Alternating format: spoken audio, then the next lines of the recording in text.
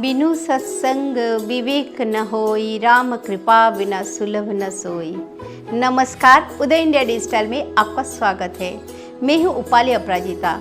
भारत संतों की भूमि है, चाहे सतयुग हो या फिर कलियुग। इस पवित्र धरती पर हर काल में कोई ना कोई संत जरूर मौजूद रहता है।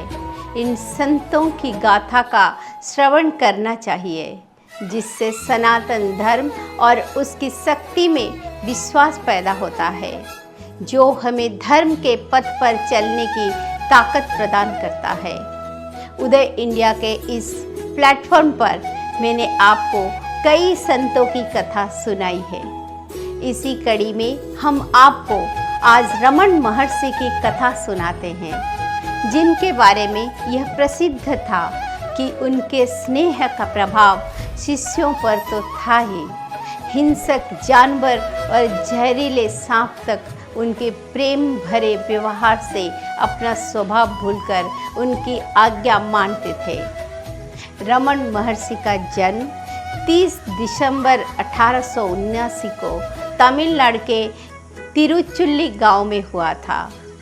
महर्षि के बचपन का नाम वेंकट रमन अय्यर था। उनका बचपन एक सामान्य बालक की तरह था, लेकिन 17 वर्ष की उम्र में उन्हें अचानक आध्यात्मिक अनुभव हुई। उन्हें एहसास हुआ कि उनकी मृत्यु हो चुकी है।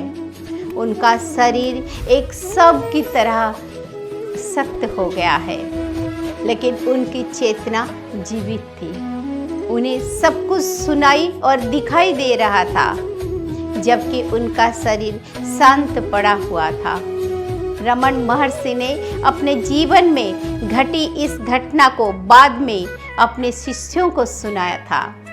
इस घटना के बाद ही उन्होंने जाना कि मृत्यु के बाद जीवन का अंत नहीं है। वो जान गए कि इस शरीर से परे आत्मा का अस्तित्व भी है।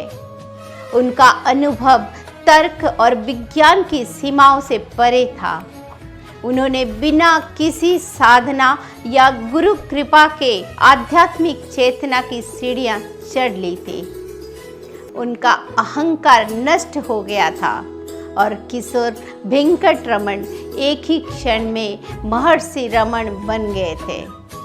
उनका आत्मज्ञान पूरी तरह विकसित हो चुका था।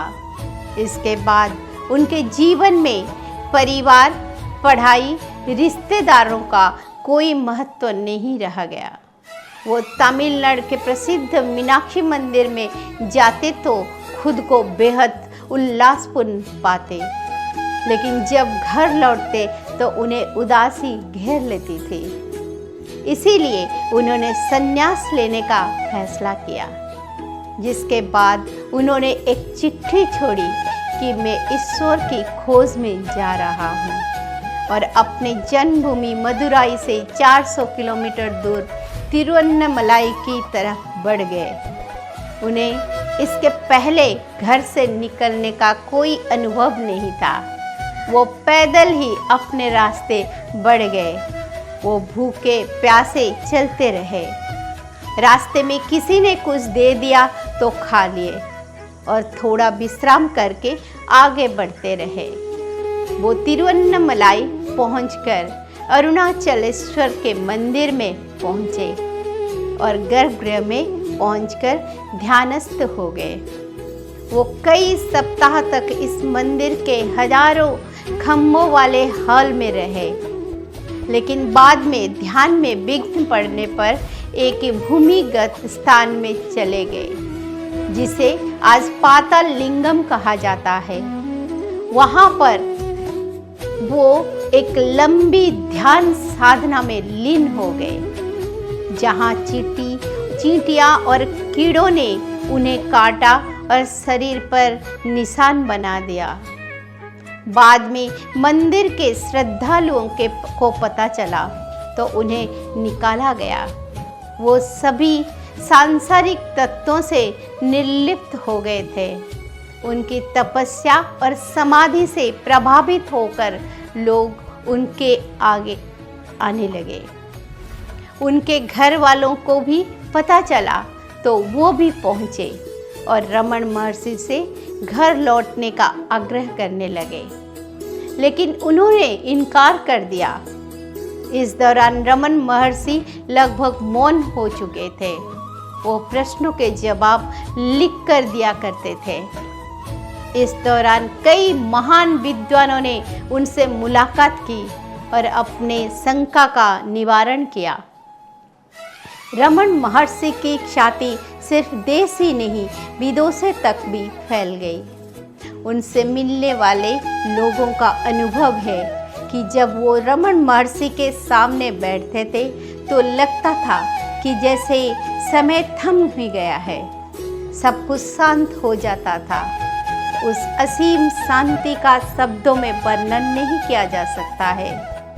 महर्षि की मुस्कुराती शांत आंखों के सिवा भक्तों को किसी वस्तु का अस्तित्व महसूस ही नहीं होता था।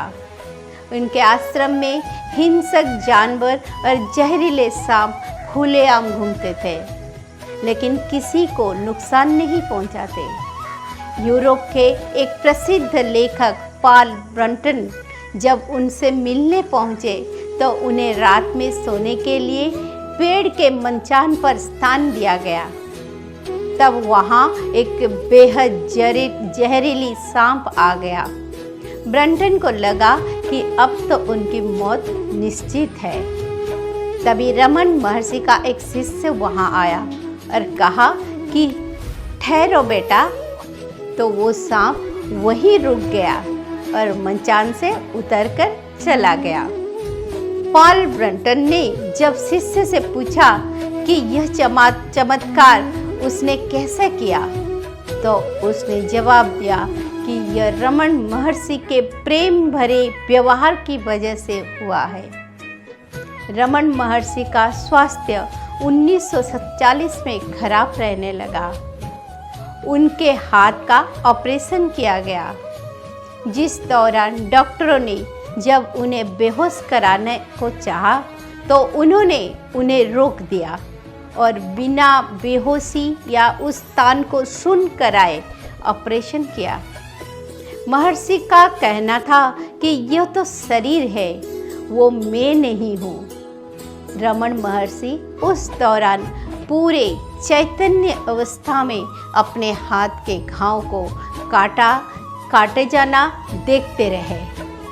उनकी मुस्कुराहट वैसी रही, लेकिन महर्षि को दैवीय चेतना को धारण करने वाला शरीर धीरे धीरे क्षीण हो चुका था। इसीलिए उन्होंने उसे छोड़ने का निश्चय किया। 14 अप्रैल 1950 को वो ध्यान के मुद्रा में बैठ गए। उनके भक्त शिव भजन गाते रहे। उसी क्षण आसमान से एक धूमकेतु जैसा प्रकट हुआ और महर्षि के शरीर त्यागने के साथ ही अरुणाचलम पर्वत के शिखर पर पहुंचकर गायब हो गया। रमन महर्षि के शिष्यों ने भारत की आध्यात्मिक परंपरा की कई ग्रंथों के भाष्य लिखे, जिसमें अष्टावक्र गीता का भाष्य और आत्मनिरीक्षण के सिद्धांत के प्रसिद्ध ग्रंथ हुआ माय जैसे किताबें बेहद मशहूर है। रमन महर्षि सनातन भारतीय संस्कृति के मूर्त स्वरूप थे। वो साक्षात ईश्वर स्वरूप थे। आज उनका प्रयाण दिवस है, लेकिन वो अपने अमृत शरीर में हमेशा भक्तों के लिए उपस्थित है। जय